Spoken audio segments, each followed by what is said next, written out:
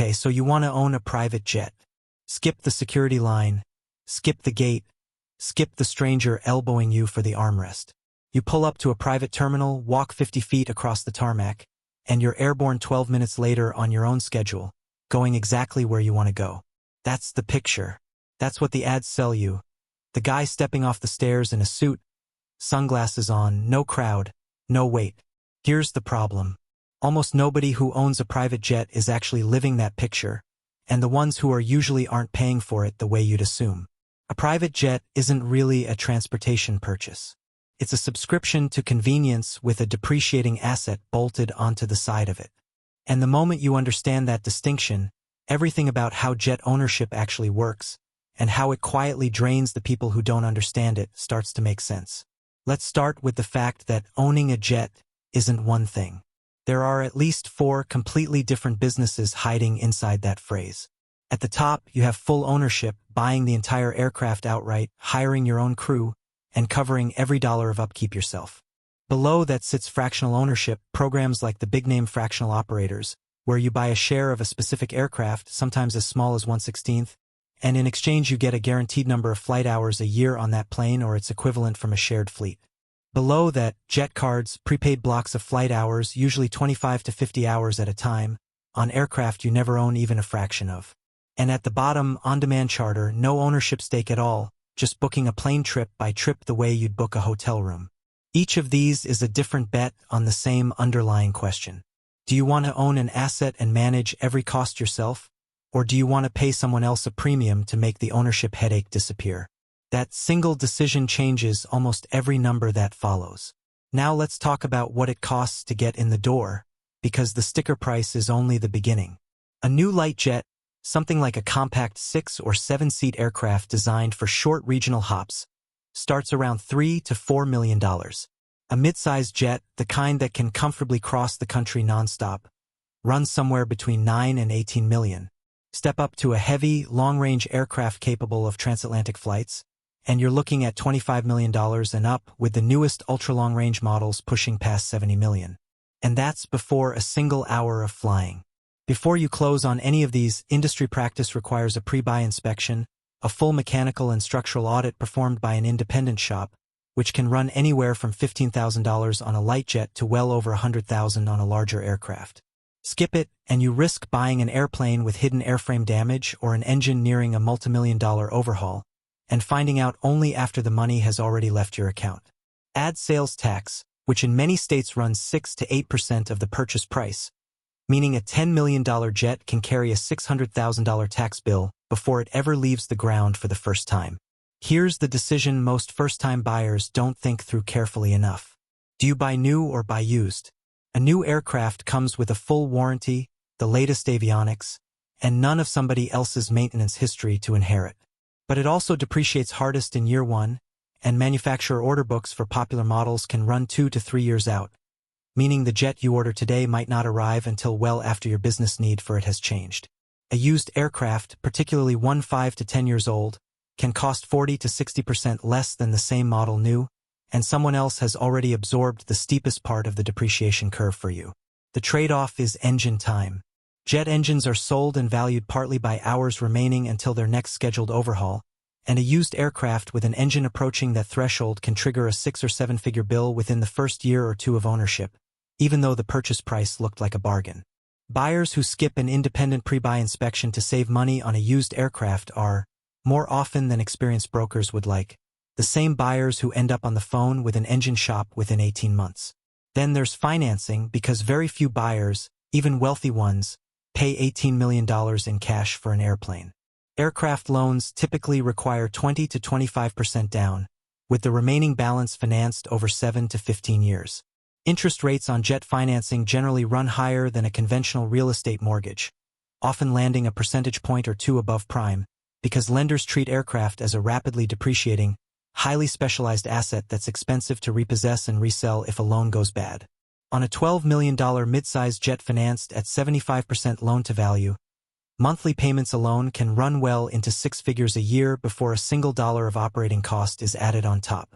And unlike a home, the collateral is losing value every single month you're paying down the loan, which means a buyer who finances heavily and then needs to sell early can genuinely end up owing more than the aircraft is worth. Here's where the naive mental model really starts to break down. People assume the big cost is the plane itself. It isn't. The plane is the entry fee. The real cost is keeping it airworthy and staffed every single day whether it flies or not. Start with the crew.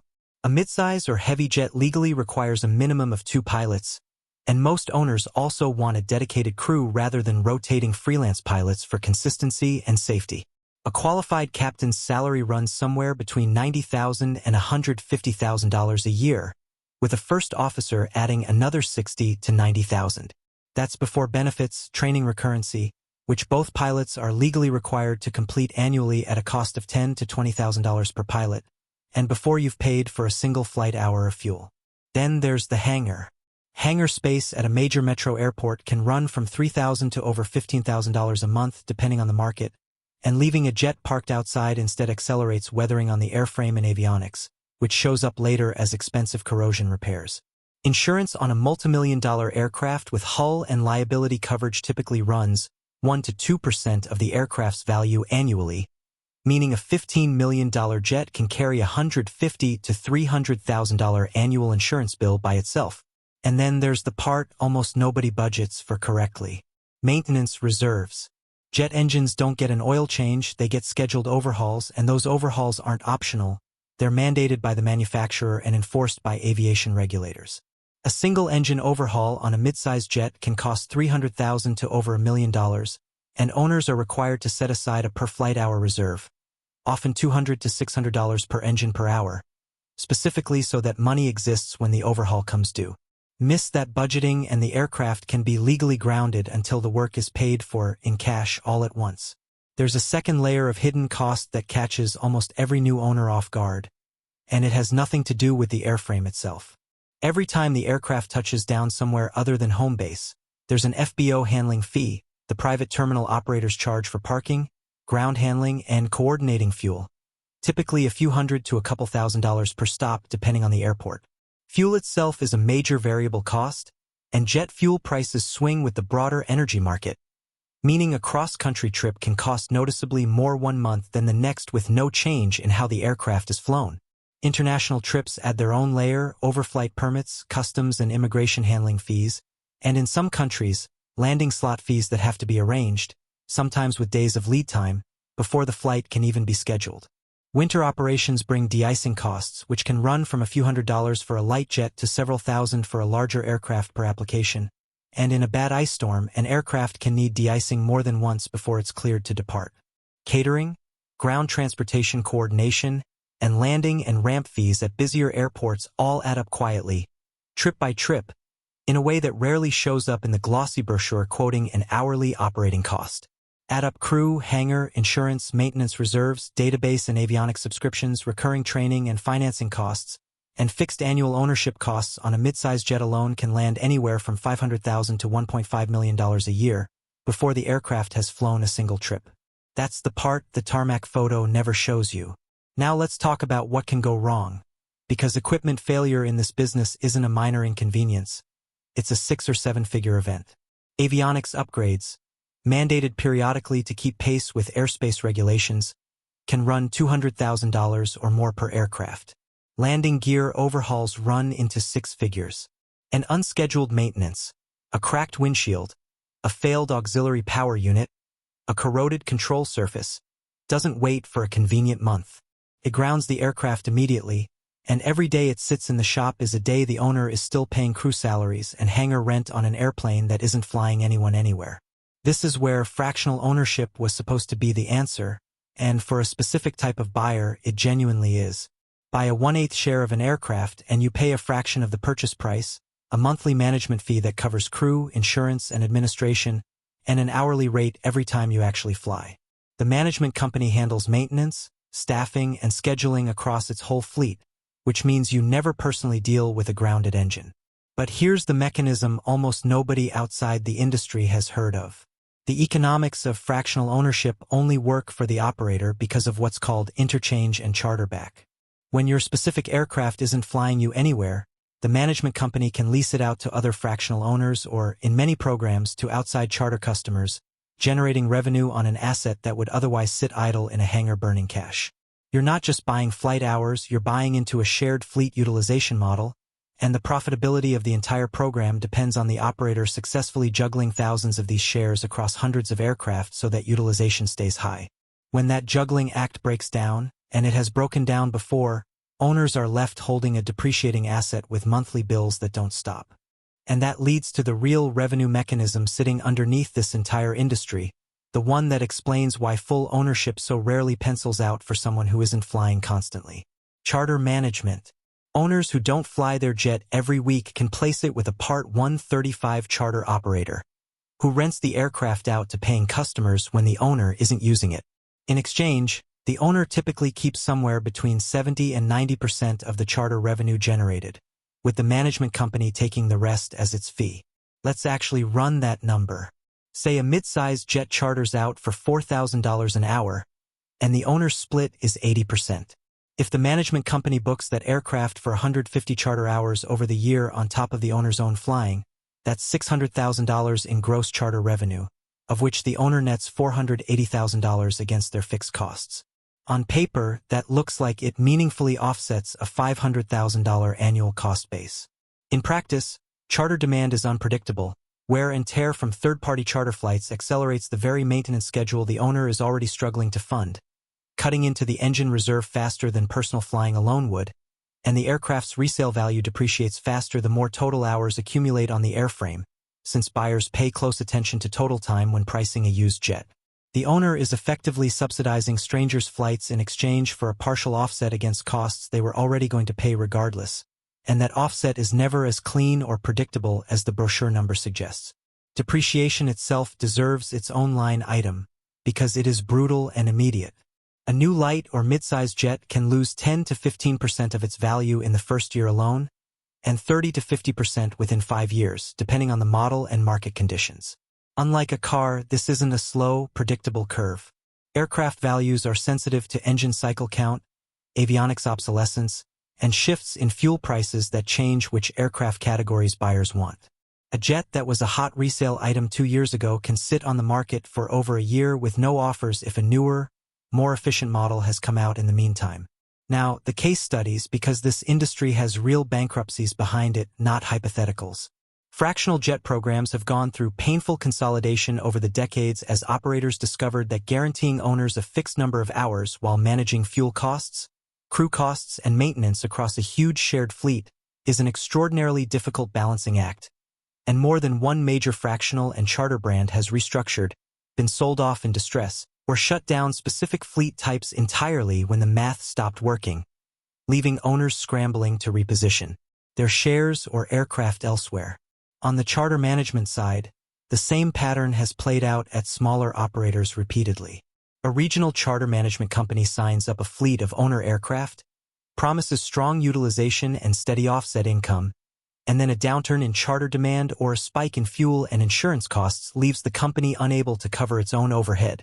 When a management company like that fails or shuts down, owners can be left scrambling to find a new operator, sometimes with aircraft stranded mid-contract and charter receivables that are difficult to collect. The lesson isn't that private aviation is a scam. It's that the business model only survives when utilization, maintenance costs, and fuel prices all stay within a fairly narrow band, and when even one of those variables swings hard, the entire structure gets stressed at once for owners and management companies alike. So how does the actual math work out for an owner? Let's run the numbers on a mid-sized jet worth roughly $12 million.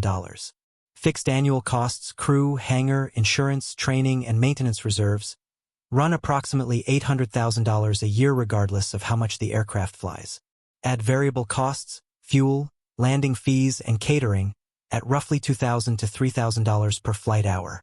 If that owner flies 200 hours a year, a genuinely heavy personal usage rate, variable costs add another $400,000 to $600,000, bringing total annual ownership cost to somewhere between $1.2 and $1.4 million. Divide that across 200 flight hours, and the true cost per hour lands around $6,000 to $7,000, even before accounting for the aircraft's ongoing depreciation. Compare that to a lighter aircraft. A light jet worth roughly $4 million carries fixed annual costs closer to $350,000, with variable costs around $1,500 per hour. Fly that aircraft 150 hours a year, and total annual cost lands around $570,000, or roughly $3,800 an hour, a noticeably better ratio than the midsize jet at the same relative usage level, simply because the fixed cost base is smaller. Compare either of these to chartering an equivalent aircraft on demand, which typically runs $3,500 to $6,000 an hour for a midsize jet with none of the fixed costs, no crew payroll, no insurance, no maintenance reserve, and the math becomes uncomfortable fast for anyone flying under a certain threshold. Aviation industry analysts generally put the break-even point for full ownership, the flight hour volume where owning actually beats chartering every trip, somewhere around 200 to 400 hours a year. Fly less than that, and you are very likely paying more per hour to own the aircraft than you would simply booking charter flights for every single trip. Now let's look at the two futures, because this is where the business really splits in two. In the optimistic scenario, the owner flies consistently, 300 plus hours a year, uses the aircraft for genuine business travel that would otherwise cost significant time and money elsewhere, places it with a reputable charter management company that keeps utilization high during downtime, and takes advantage of accelerated bonus depreciation on the aircraft's purchase, which under current tax rules can allow a business owner using the jet predominantly for qualified business travel to deduct a substantial portion of the purchase price in the very first year. Combine consistent personal utility, charter offset revenue, and a meaningful tax shield, and private jet ownership can genuinely make financial sense for a high-net-worth individual or business whose time is worth more than the $6,000 or $7,000 hourly cost. In the realistic scenario, 2 or 3 things go wrong that aren't exotic at all. Utilization comes in lower than projected because travel plans change. An unscheduled engine event adds $400,000 in surprise maintenance in a single year. Charter demand for that aircraft type softens because a newer, more fuel-efficient model has entered the market, and the financing payments keep arriving on schedule regardless of how many hours the aircraft actually flew that quarter. Under those conditions, the true cost per flight hour can climb well past $10,000, the aircraft's resale value drops faster than expected, and the owner ends up having spent millions of dollars to fly less often, and for more money per hour than simply chartering would have cost from day one. None of this means private aviation is irrational. For the right person, flying 250 hours a year for genuine business purposes, the time saved skipping commercial security lines and layovers has a real, quantifiable dollar value, sometimes well beyond what the aircraft costs to operate. But that person is a narrow slice of the market.